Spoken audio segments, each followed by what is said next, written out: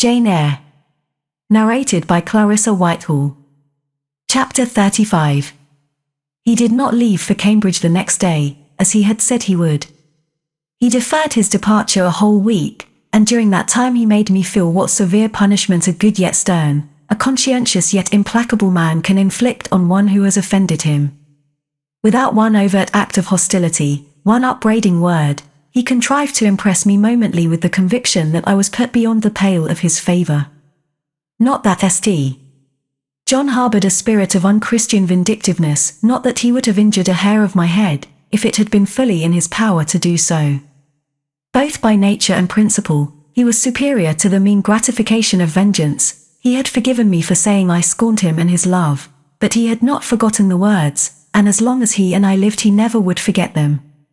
I saw by his look, when he turned to me, that they were always written on the air between me and him. Whenever I spoke, they sounded in my voice to his ear, and their echo toned every answer he gave me. He did not abstain from conversing with me. He even called me as usual each morning to join him at his desk, and I fear the corrupt man within him had a pleasure unimparted to, and unshared by, the pure Christian, in evincing with what skill he could, while acting and speaking apparently just as usual, extract from every deed and every phrase the spirit of interest and approval which had formerly communicated a certain austere charm to his language and manner. To me, he was in reality become no longer flesh, but marble. His eye was a cold, bright, blue gem, his tongue a speaking instrument, nothing more. All this was torture to me, refined, lingering torture. It kept up a slow fire of indignation and a trembling trouble of grief, which harassed and crushed me altogether. I felt how, if I were his wife, this good man, pure as the deep sunless source, could soon kill me, without drawing from my veins a single drop of blood, or receiving on his own crystal conscience the faintest stain of crime. Especially I felt this when I made any attempt to propitiate him. No ruth met my ruth. He experienced no suffering from estrangement, no yearning after reconciliation, and though, more than once, my fast-falling tears blistered the page over which we both bent, they produced no more effect on him than if his heart had been really a matter of stone or metal. To his sisters, meantime, he was somewhat kinder than usual, as if afraid that mere coldness would not sufficiently convince me how completely I was banished and banned. He added the force of contrast, and this I am sure he did not by force, but on principle. The night before he left home, happening to see him walking in the garden about sunset, and remembering, as I looked at him, that this man, alienated as he now was, had once saved my life, and that we were near relations, I was moved to make a last attempt to regain his friendship. I went out and approached him as he stood leaning over the little gate. I spoke to the point at once. St. John, I am unhappy because you are still angry with me. Let us be friends. I hope we are friends, was the unmoved reply, while he still watched the rising of the moon, which he had been contemplating as I approached. No, St. John, we are not friends as we were. You know that. Are we not? That is wrong. For my part, I wish you no ill and all good. I believe you, St. John, for I am sure you are incapable of wishing anyone ill, but, as I am your kinswoman, I should desire somewhat more of affection than that sort of general philanthropy you extend to mere strangers. Of course, he said. Your wish is reasonable, and I am far from regarding you as a stranger. This, spoken in a cool, tranquil tone, was mortifying and baffling enough. Had I attended to the suggestions of pride and ire, I should immediately have left him, but something worked within me more strongly than those feelings could. I deeply venerated my cousin's talent and principle. His friendship was of value to me. To lose it tried me severely. I would not so soon relinquish the attempt to reconquer it. Must we part in this way, St. John? And when you go to India, will you leave me so, without a kinder word than you have yet spoken? He now turned quite from the moon and faced me. When I go to India, Jane, will I leave you? What? Do you not go to India? You said I could not unless I married you. And you will not marry me. You adhere to that resolution. Reader, do you know, as I do, what terror those cold people can put into the ice of their questions? How much of the fall of the avalanche is in their anger? Of the breaking up of the frozen sea in their displeasure? No. St. John, I will not marry you. I adhere to my resolution. The avalanche had shaken and slid a little forward, but it did not yet crash down. Once more, why this refusal? He asked. Formally, I answered, because you did not love me. Now, I reply, because you almost hate me. If I were to marry you, you would kill me. You are killing me now. His lips and cheeks turned white, quite white. I should kill you, I am killing you. Your words are such as ought not to be used, violent, unfeminine, and untrue. They betray an unfortunate state of mind, they merit severe reproof, they would seem inexcusable, but that it is the duty of man to forgive his fellow even until 77 times. I had finished the business now. While earnestly wishing to erase from his mind the trace of my former offence, I had stamped on that tenacious surface another and far deeper impression, I had burnt it in. Now you will indeed hate me, I said. It is useless to attempt to conciliate you, I see I have made an eternal enemy of you. A fresh wrong did these words inflict, the worse, because they touched on the truth. That bloodless lip quivered to a temporary spasm. I knew the steely ire I had whetted. I was heart-wrung. You utterly misinterpret my words, I said, at once seizing his hand. I have no intention to grieve or pain you, indeed, I have not. Most bitterly he smiled, most decidedly he withdrew his hand from mine.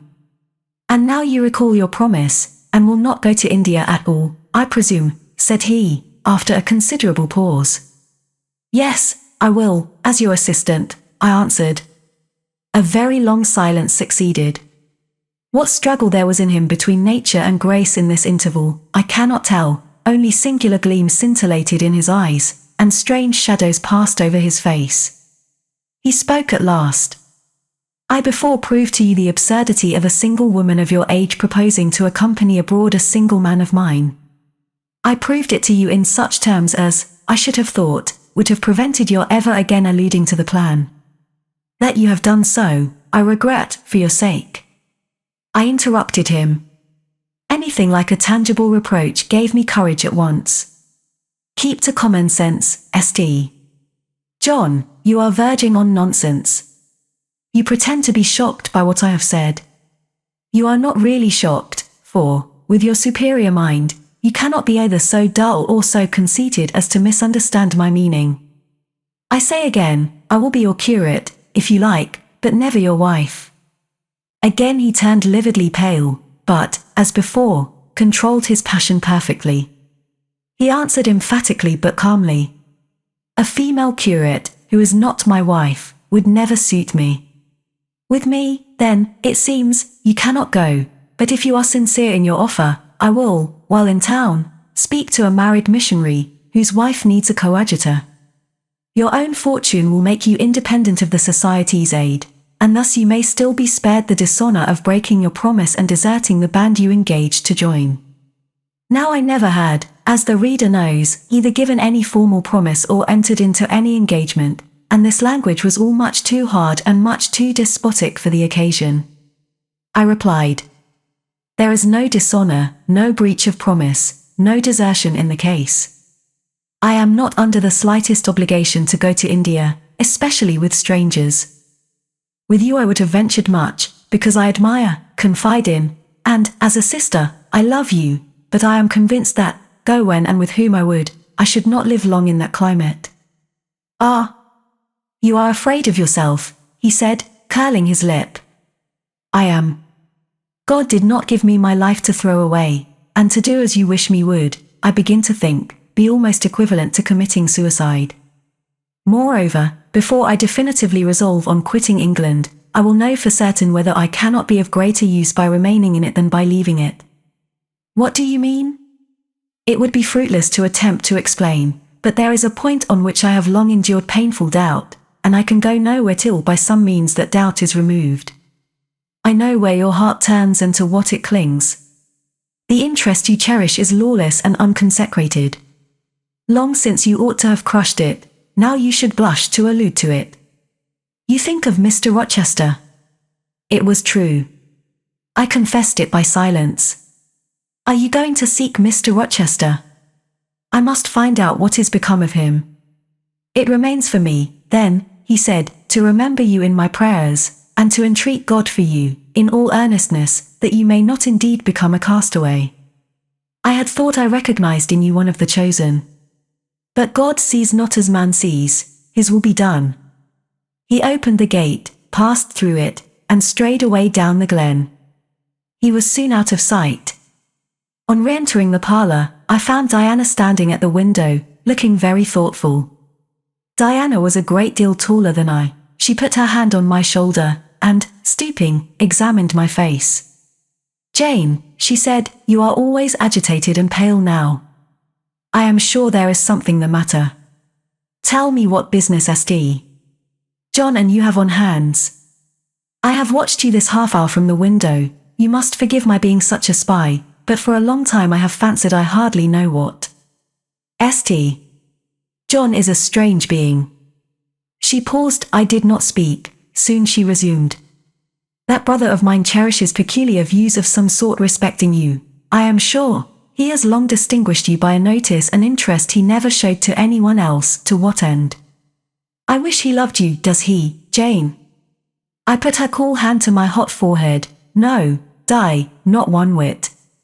"Then why does he follow you so with his eyes, and get you so frequently alone with him, and keep you so continually at his side? Mary and I had both concluded he wished you to marry him." "He does. He has asked me to be his wife." Diana clapped her hands.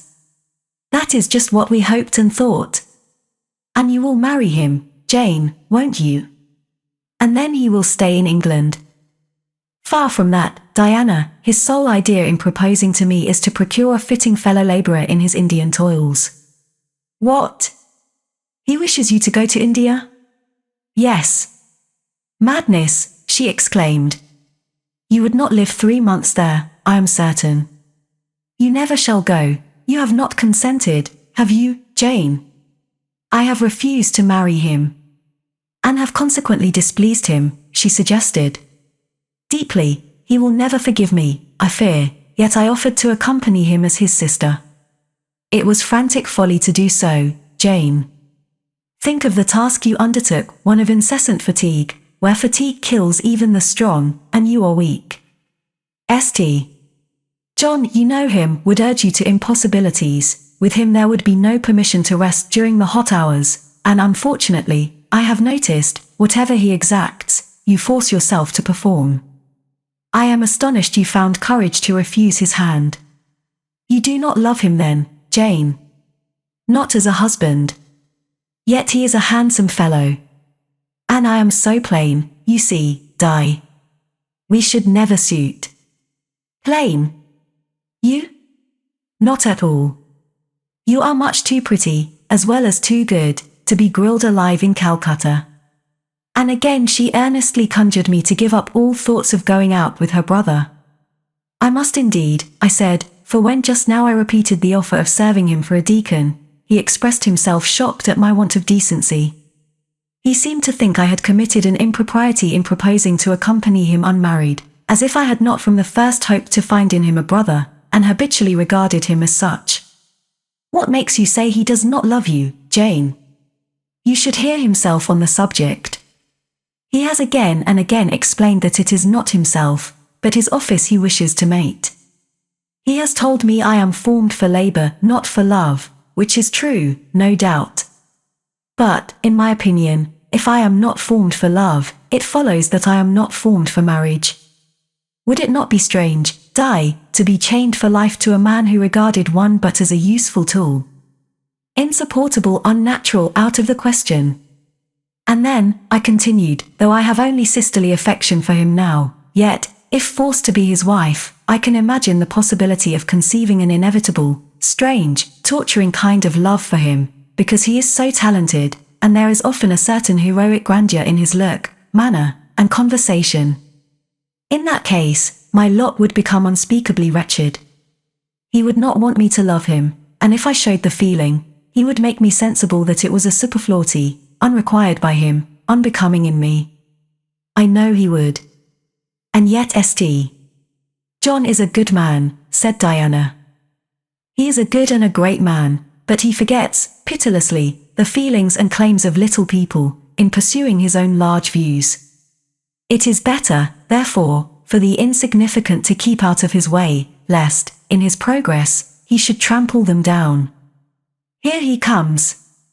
I will leave you, Diana. And I hastened upstairs as I saw him entering the garden. But I was forced to meet him again at supper. During that meal he appeared just as composed as usual. I had thought he would hardly speak to me, and I was certain he had given up the pursuit of his matrimonial scheme. The sequel showed I was mistaken on both points.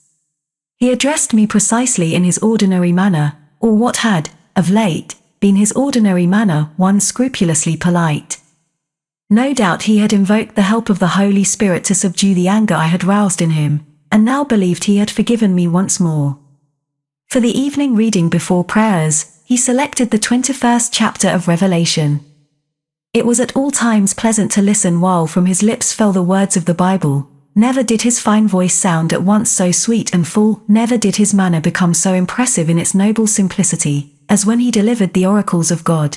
And tonight that voice took a more solemn tone, that manner a more thrilling meaning, as he sat in the midst of his household circle, the May moon shining in through the uncurtained window, and rendering almost unnecessary the light of the candle on the table as he sat there, bending over the great old Bible, and described from its page the vision of the new heaven and the new earth, told how God would come to dwell with men, how he would wipe away all tears from their eyes, and promised that there should be no more death, neither sorrow nor crying, nor any more pain, because the former things were passed away.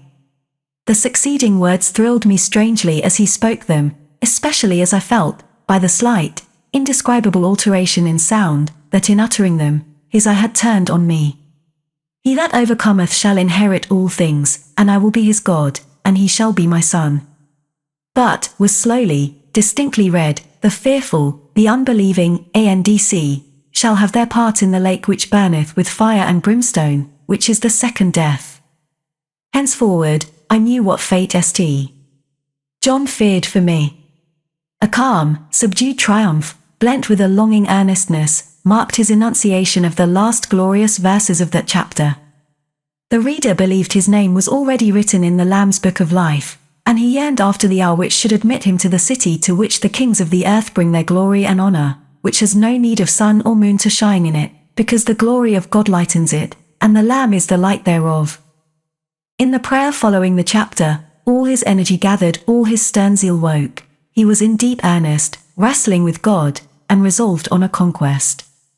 He supplicated strength for the weak-hearted, guidance for wanderers from the fold, a return, even at the 11th hour, for those whom the temptations of the world and the flesh were luring from the narrow path. He asked, he urged, he claimed the boon of a brand snatched from the burning. Earnestness is ever deeply solemn. First, as I listened to that prayer, I wondered at his, then, when it continued and rose, I was touched by it, and at last awed. He felt the greatness and goodness of his purpose so sincerely, others who heard him plead for it could not but feel it too.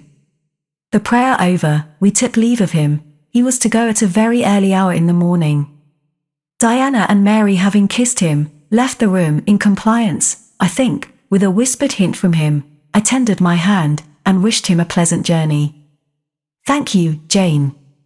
As I said, I shall return from Cambridge in a fortnight. That space, then, is yet left you for reflection. If I listened to human pride, I should say no more to you of marriage with me, but I listen to my duty, and keep steadily in view my first aim, to do all things to the glory of God. My master was long-suffering, so will I be. I cannot give you up to perdition as a vessel of wrath. Repent, resolve, while there is yet time. Remember, we are bid to work while it is day, warned that the night cometh when no man shall work. Remember the fate of Dives, who had his good things in this life. God give you strength to choose that better part which shall not be taken from you. He laid his hand on my head as he uttered the last words. He had spoken earnestly, mildly. His look was not, indeed, that of a lover beholding his mistress, but it was that of a pastor recalling his wandering sheep, or better, of a guardian angel watching the soul for which he is responsible. All men of talent, whether they be men of feeling or not, whether they be zealots, or aspirants, or despots, provided only they be sincere, have their sublime moments, when they subdue and rule. I felt veneration for St. John, veneration so strong that its impetus thrust me at once to the point I had so long shunned. I was tempted to cease struggling with him, to rush down the torrent of his will into the gulf of his existence, and there lose my own. I was almost as hard beset by him now as I had been once before, in a different way, by another. I was a fool both times. To have yielded then would have been an error of principle, to have yielded now would have been an error of judgment. So I think at this hour, when I look back to the crisis through the quiet medium of time, I was unconscious of folly at the instant. I stood motionless under my Hierophant's touch. My refusals were forgotten, my fears overcome, my wrestlings paralyzed. The impossible, i.e., my marriage with St. John, was fast becoming the possible. All was changing utterly with a sudden sweep. Religion called, angels beckoned, God commanded, life rolled together like a scroll, death's gates opening, showed eternity beyond. It seemed that for safety and bliss there, all here might be sacrificed in a second. The dim room was full of visions. "Could you decide now?" asked the missionary. The inquiry was put in gentle tones. He drew me to him as gently. Oh, that gentleness! How far more potent is it than force? I could resist St. John's wrath. I grew pliant as a reed under his kindness. Yet I knew all the time, if I yielded now, I should not the less be made to repent, some day, of my former rebellion. His nature was not changed by 1 hour of solemn prayer, it was only elevated. I could decide if I were but certain. I answered, were I but convinced that it is God's will I should marry you. I could vow to marry you here and now, come afterwards what would. My prayers are heard, ejaculated St. John. He pressed his hand firmer on my head, as if he claimed me. He surrounded me with his arm, almost as if he loved me. I say almost, I knew the difference, for I had felt what it was to be loved, but, like him, I had now put love out of the question, and thought only of duty. I contended with my inward dimness of vision, before which clouds yet rolled. I sincerely, deeply, fervently longed to do what was right, and only that. Show me the path. I entreated of heaven. I was excited more than I had ever been, and whether what followed was the effect of excitement the reader shall judge. All the house was still, for I believe all, except St.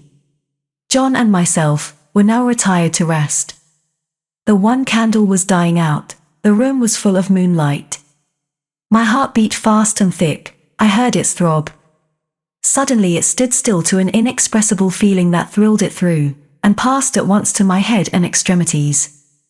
The feeling was not like an electric shock, but it was quite as sharp, as strange, as startling. It acted on my senses as if their utmost activity hitherto had been but torpor, from which they were now summoned and forced to wake. They rose expectant. I near waited while the flesh quivered on my bones. "What have you heard? What do you see?" asked St. John. I saw nothing, but I heard a voice somewhere cry, "Jane! Jane! Jane!" Nothing more. "Oh God! What is it?" I gasped. I might have said, "Where is it?" for it did not seem in the room, nor in the house, nor in the garden. It did not come out of the air, nor from under the earth, nor from overhead. I had heard it where, or whence, forever impossible to know. And it was the voice of a human being, a known, loved, well-remembered voice, that of Edward Fairfax Rochester, and it spoke in pain and woe, wildly, eerily, urgently. "I am coming," I cried. "Wait for me." "Oh, I will come." I flew to the door and looked into the passage. It was dark. I ran out into the garden. It was void. "Where are you?" I exclaimed. The hills beyond Marsh Glen sent the answer faintly back, "Where are you?" I listened. The wind sighed low in the firs. All was moorland loneliness and midnight hush. "Down superstition," I commented, as that spectre rose up black by the black yew at the gate. "This is not thy deception, nor thy witchcraft, it is the work of nature. She was roused, and did no miracle but her best. I broke from St. John, who had followed, and would have detained me. It was my time to assume ascendancy. My powers were in play and in force. I told him to forbear question or remark. I desired him to leave me. I must and would be alone. He obeyed at once. Where there is energy to command well enough, obedience never fails. I mounted to my chamber, locked myself in, fell on my knees, and prayed in my way, a different way to St. John's, but effective in its own fashion. I seemed to penetrate very near a mighty spirit, and my soul rushed out in gratitude at his feet. I rose from the thanksgiving, took a resolve, and lay down, unscared, enlightened, eager but for the daylight.